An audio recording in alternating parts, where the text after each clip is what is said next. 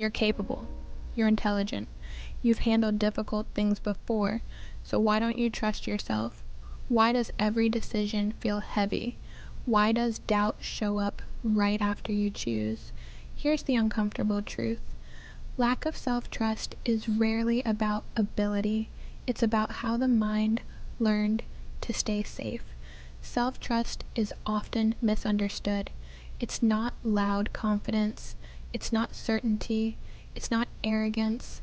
Self-trust is the belief that you can respond even if things go wrong. You don't need perfect choices to trust yourself. You need trust in your ability to adapt. For many people, self-trust erodes slowly, through criticism, through being corrected too often, through consequences that felt unsafe. The brain learns mistakes equal danger, so it compensates, it overthinks, it checks repeatedly, it delays decisions. Doubt feels protective until it becomes paralyzing.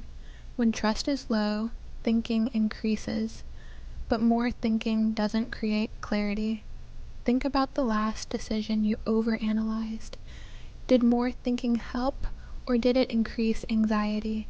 Overthinking isn't intelligence, it's fear wearing logic as a disguise. When internal trust is weak, external input feels safer. Advice, opinions, reassurance. But the more you outsource decisions, the quieter your inner signal becomes. Confidence doesn't grow through consensus, it grows through ownership.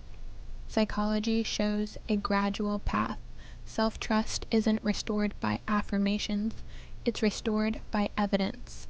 Small decisions, followed through, reflected on. First, choose smaller stakes. Let your nervous system relax. Second, reduce post-decision rumination. Reflection is useful, self-attack is not. Third, separate outcome from self-worth. A bad result does not mean a bad decision maker. Self-trust grows when the mind feels allowed to learn.